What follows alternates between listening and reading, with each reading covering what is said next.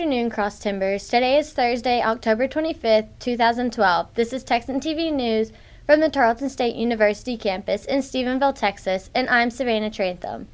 In today's headlines, the Communications Department is celebrating Free Speech Week. Stephenville Christian School has a Hay Maze fundraiser going on. A Houston woman stands trial for murder of several children she was babysitting. Jessica Ridgway's killer is arrested. An African military force is gathered to control Mali, and Dallas Cowboys Sean Lee is out for the season. Now, today's top story. The Society of Professional Journalists and the Department of Communication Studies are celebrating Free Speech Week on campus. Speakers and presentations started up in the O.H. Grant Building, room 116 at 12:10 on Tuesday. The university's Communication Studies Department head, Dr. Charles Howard, kicked off the presentations on Tuesday discussing civility, technology, and the future of free speech. On Wednesday, journalism and English teacher at Tarleton, Catherine Jones, presented Don't Shoot the Messenger, Free Speech and Bad News. The award-winning journalist also shared personal stories from her experiences as a journalist and discussed free speech issues in the journalism today. Together and talk about the First Amendment and to use it. If you've traveled to other countries, even just as close as our neighbor to the south, you see what happens when the media doesn't have our freedoms or is intimidated by the government or even criminals to report the truth. Today, Pete Slover of the Freedom of Information Foundation of Texas is discussing free speech. It's more than talk. The First Amendment bundle of rights is not just for journalists. Members of SPJ and staff of Texas News Service are handing out a variety of free speech buttons in front of the Dick Smith Library between 11 a.m. and 1 p.m. while supplies last. In City News, Stephenville Christian School came up with an exciting and successful fundraiser for its school 3 years ago. Now you can go enjoy and get lost in the school's hay maze just outside of Stephenville.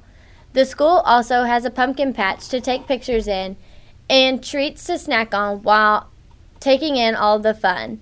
They cater to kids of all ages and will rent out the maze to parties.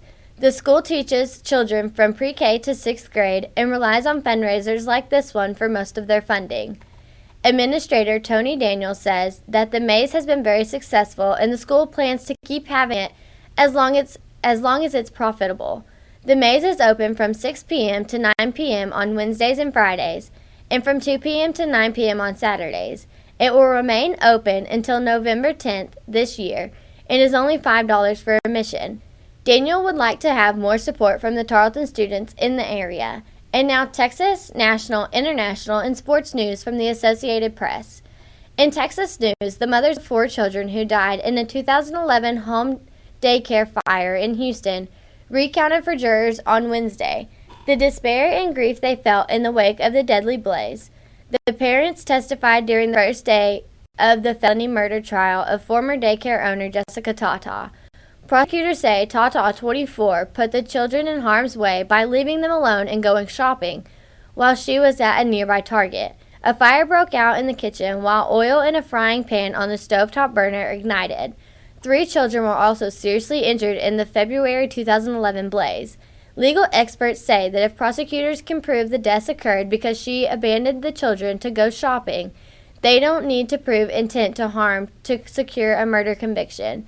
Under Texas law, a person can be convicted of felony murder if he or she has committed an underlying felony and that action led to the death.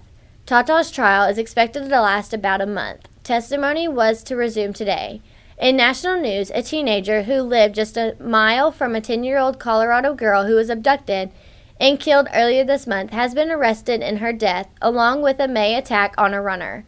Authorities said Wednesday police in the Denver suburb of Westminster said they took 17-year-old Austin Reed Sigg into custody on Tuesday night after receiving a phone call that led them to Sigg.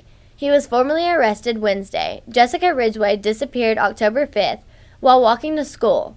Her remains were found 5 days later in a field at a park, and police said her body was not intact. Every parent in every Colorado community will rest a little easier tonight, said Governor John Hickenlooper, who has a 10-year-old son of his own. While we still mourn the death of Jessica Ridgway, we are relieved and arrest has been made, and the pursuit of justice can continue. Numerous people have paid their respects to Jessica at a memorial to her at a park near her home. In international news, Wednesday, the African Union pledged to mobilize an African military force to battle al-Qaeda-affiliated groups controlling northern Mali. After African foreign ministers meeting at the African Union headquarters in Ethiopia agreed to write a final operational plan for the African-led force by the end of the month, as well as calling for arms and equipment to be provided for Mali's army from members and international partners. The president of the Economic Community of West African States told the Associated Press after Wednesday's closed-door meeting that roughly 3,200 troops would be needed. Western officials have said the planned African-led military offense is unlikely to begin before next year, despite growing concerns about the terrorist threat militants there pose to their continent and the rest of the world. The United Nations Security Council passed a resolution earlier this month giving Secretary General Ban Ki-moon 45 days to help Mali develop a plan to recover the occupied territory. The United States, France, and Britain have said they will offer logistical support, but the invasion needs to be led by African troops. In sports news, Dallas Cowboys coaches won't be talking to linebacker Sean Lee through his helmet mic anymore this season. Instead, he might be in their ears all the time on the sideline. Lee is out for the rest of the season with ligament damage in his right big toe, an injury that will require surgery. Coach Jason Garrett said Wednesday an MRI showed the extent of the damage, and the team's leading tackler and on-field defense coordinator was placed on injured reserve. He will have surgery in about a week. It's not the first time Lee has been sidelined by a significant injury. He missed a year with a torn knee ligament at Penn State, and he could have missed a significant stretch last year with a dislocated wrist. Cowboys owner Jerry Jones said Lee didn't want to believe he needed season-ending surgery this time, but ultimately knew better. Today's weather is a high of 77 degrees with a low of 46 degrees and a 0% chance of rain. Today's broadcast was produced by Lacey Massey, Alex Zoki, and Shawnee Wagner. You can follow us on ustream.tv/user/Texan News Service. Don't forget to tell your friends about us and become a fan of Texan TV News on Facebook. I'm Savannah Trantham. Tune in tomorrow for the latest news from the Tarleton State University campus in Stephenville, Texas.